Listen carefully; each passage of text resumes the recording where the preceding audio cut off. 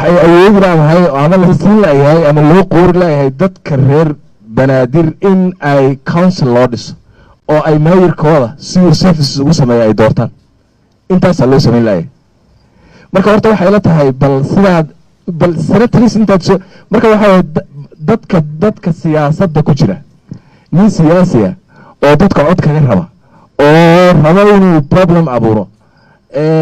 oo dowladda madax ka ah ama mid banaadir asagu sheeganayo oo raba inuu yahay dadka waan ka xigaa oo siyaasiya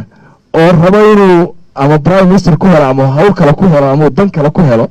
ayaa dadka waalay dad doodu meesha jirta waxaa weeye dadka caasimadda degan ee reer muqdisho dantooda waxaa weeye in dowladdu biyo siiso inay nabadgelyo siiso inay caafimaad siiso inay jaanis u siiso inay maayirkooda soo doortaan oo aan loo soo magacaabin suu services ugu qabto iyo wixii adduunyada caasimaha say u dhaqmaan dadka jooga degan si ay iyaguna ugu dhaqmaan waxaan 13 iyo waxaan la sheegay anoo waxaan u arkaa waa saraab kasoo dhaan dabagaalo maantiin waa iska saraab siyaasadeed oo waxaa weeye loo soo duuray in markaas wax taagan ya markaas wax taagan in dan lagaga qunsado loogu talagalay way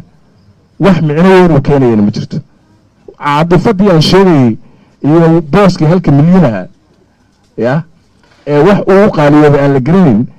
ayaan dadka Soomaaliyeed waxayna is weydiinayeen xataa war haddii even 13 la keeno 13 yaa dooranaya ilaa halkan waxaa la yiri assemblyga oo regional assemblyga dooranaya Soomaha senatorada waayo kuwa ayaa dooranaya madaxweynaha haddana ay soo magacaabay is a simple question oo u baahan in la isweydiiyo marka waxay la tahay aan aqliga la hadalno aan ka dayna baasha caadifadii aan sheegayno maasantii